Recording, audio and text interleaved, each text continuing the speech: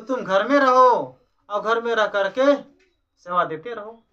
जो प्रेमी यहाँ सेवा कर रहे हैं, मिट्टी सेवा, श्रमदान सेवा कर रहे हैं, वो तुम्हारा अन्न खा करके तुम्हारे रुपए से वो काम करेंगे, फावड़ा तगाड़ा जो खरीदेंगे उसी मिट्टी धोएंगे, आपका घर बैठे भी लाभ हो जाएगा और जो सुमरन ध्यान भजन कर रहा है, जो सेवा कर रहा है, उनको भी लाभ हो जाएगा, दोनों को लाभ हो जाएगा।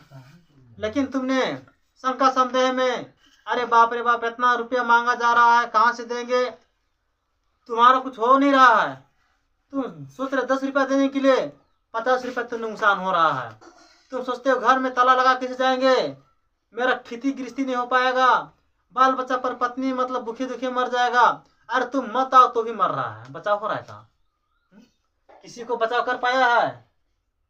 कोई तुम्हारा बचाव के लिए कोई आवाज उठा रहा है? ना एमएलए ने, एमपी ने, प्रधानमंत्री, राष्ट्रपति ने, मुख्यमंत्री। और बीमारी तेज हो गया। यहाँ की देखो, यहाँ देखो, किसी को कोई बीमारी नहीं है। इस भीष्म गर्मी में तुम घर से निकल नहीं रहे हो, इस भीष्म गर्मी में यहाँ लोग मिट्टी सेवा कर रहे हैं, मिट्टी सेवा कर रहा है, उनको भी कोई दिक्कत नहीं है, कोई परेशानी भी तक नहीं है, और जो उनका परिवार घर में उसको भी कोई दिक्कत नहीं। और जो घर में तुम सोए हो, सोने के कारण तुम्हारा ब्लड जो सर्कुलर नहीं कर पा रहा है, जाम हो गया, जिसके कारण तुमने बीमारी खरीद लिया। देखिए यहाँ चल रहा है, सुबह से चल रहा है निस्वार्थ सेवा, 1 रुपया नहीं ले रहा है। तुमको तो नौकरी मांगता है, नौकरी मिलता है तब सेवा करता है, यहाँ तो बिना नौकरी सेवा कर रहा है। देखो किसी प्रकार का कोई लालच नहीं, कोई लालसा नहीं, कोई इच्छा नहीं, निस्वार्थ सेवा कर रहा है, कोई बीमारी नहीं। और तुमने तो नौकरी के चक्कर में, लालच में, बुराई में फंसे हो, जिसके कारण तुमने घर में बैठ करके बीमारी को लिहाजा खरीद लिया। तुम्हारा खून जो है जाम हो गया, तुम्हारा हाथ पैर काम नहीं कर रहा है, तो किसी को दांत, खाज, पका, फुंसी,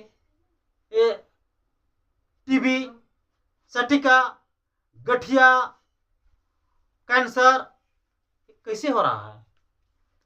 ये कैसे हो रहा है? पहले के किसी को नहीं हो रहा था, पहले किसी को हो ही नहीं रहा था। हाँ, हल्का फुल्का होता था, जुकाम बुखार, वो शीशम के पत्ता से, ये वन पत्तियों से ठीक हो जाता था, हल्का फुल्का।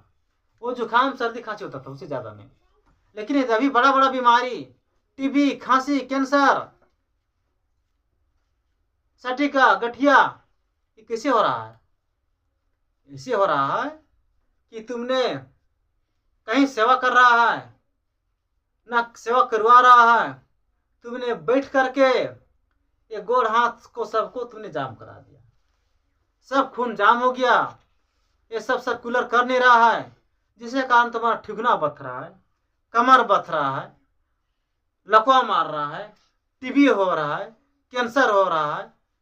तो बच्चा, एक अवसर गुरु ने दिया है, प्रदान किया है कि अब की बार 1 रुपये, 2 रुपये, कागज की नोट, लोहे की सिक्का और 1-2 मुट्ठी अनाज से, और कम से कम 1 महीने का शिविर साधना लग रहा है, इसमें तुम आओ और अपने ये हजारों लाखों जुगों का कर्म का जो तुम्हारे पर चढ़ा हुआ है, जो लदा हुआ है, इसको तुमने 1 महीने के अंतर्गत में गुरु आपको सफाई करा देगा, क्योंकि गुरु सामने रहेगा। और सामने जब तुम रहोगे उसके सामने, तो तुम्हारा तो लाजे डरे तो करोगे।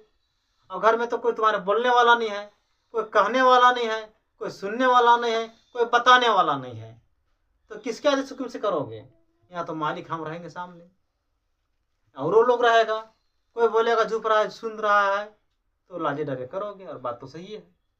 इसीलिए 1 महीने का शिविर साधना है, 1 महीने आओ, वो भी बाल बच्चा नहीं, बाल बच्चा जिसको लेकर आएगा उसको करने नहीं देगा, घुसने नहीं देगा, क्योंकि यहाँ गार्ड रहेगा, दरबान। बाल बच्चा जो लेकर आएगा उसको घुसने नहीं दिया जाएगा। हाँ, और समय तो आ सकता है, और समय आ सकता है, लेकिन शिविर साधना में नहीं, असली मौका देगा। जो संगत सेवा, मेरी सेवा, संगत मेरी जान है, अगर संगत में तो बैठते हो तो मेरी जान है, और संगत की सेवा मेरी सेवा है। अब तो कहीं सेवा करते नहीं हो, तो एक अवसर बाबा जी ने प्रदान किया है कि तुम सच्चे भारतीयता अगर हो तो आज तारीख से तुम भारतीयता, खान पान भारतीयता, रहन सहन भारतीयता, बोली भाषा भारतीयता, वेशभूषा को अपना लो और 1 घंटा कम से कम भजन में लग जाओ। तुम्हें कोई भी काल तुम्हारा बाल बाका नहीं कर पाएगा, और नहीं तो काल भगवान ने सहेलियों का आदेश दे दिया है सिद्धिया और सिद्धिया को, तुम्हें आपको घमंड गुमान अहंकार में फंसा देगा। घमंड आ जाएगा, फलना ठीक नहीं कर रहा है, चिल्ला ठीक नहीं कर रहा है, लड़ाई में झगड़वाई में रुसाफुली करा देगा, फलना ठीक नहीं है, फलना अच्छा नहीं कर रहा है, वो इसे कहता है, उसे कहता है, नींद में ला देगा, आलसी करा देगा, लोभ लालच से फंसा देगा। बात हो जगह सब आई तो लिया जा, तुम सब के सब गुरु के दरबार से तुम हजारों कोस पीछे चले जाओगे। इसलिए मालिक आप पर रहम किया है, तुम जीवों के ऊपर दया किया है, बिना दया के तुम चल ही नहीं पाओगे। इसलिए मालिक ने दया किया है कि अब की बार ये जो सेवा जो तुम्हें मिला है, ये सेवा तुम कर लो, परमार्थी सेवा कर लो, श्रम दान सेवा कर लो, मिट्टी सेवा कर लो, तो तुम्हारा शायद इस नगरी से तुम अपना देश जा सकते हो, क्योंकि तुम्हें ले जाने के लिए ही मैं आया हूं, और जहां तुम्हारा देश, वही देश से मैं आया हूं, वही देश से मैं आया हूं। बच्चा अगर गुरु से अगर मिस्टेक हो गया बार, तो फिर 84 नाचे, फिर 84 में ना झेलते रहोगे, जन्मों मरो जन्मों मरो, फिर गुरु आएगा नहीं आएगा। बड़ी दुर्लभ है कि हर युग में गुरु आया, लेकिन कल युग में सतगुरु आया। गुरु किसी युग में नहीं आया, सतगुरु संत, लेकिन संत कल युग में ही आया। 550 वर्ष बीत गया, कबीर दास से ये संत नाम सुना होगा।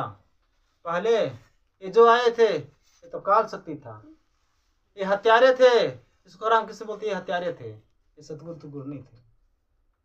लेकिन इस कलयुग में एक कलयुग के जीवों के रहम करने के लिए संत पधारे हैं, और उसी संत पर तुमने शंका संदेह कर दिया, गुरु ने मर के चला गया। तो 400 वर्ष का वादा किया है कि बच्चा जब जरूरत पड़ी तो मैं इसी शरीर में मैं 400 वर्ष रहूंगा, और अभी तो मेरा 116 17 वर्ष 27 वर्ष हुआ है, अभी तो 127 वर्ष हुआ है, और पहले तुम गुरु को भेज दिया, तो लिहाजा तुमको कौन ले जाएगा, कौन पार कर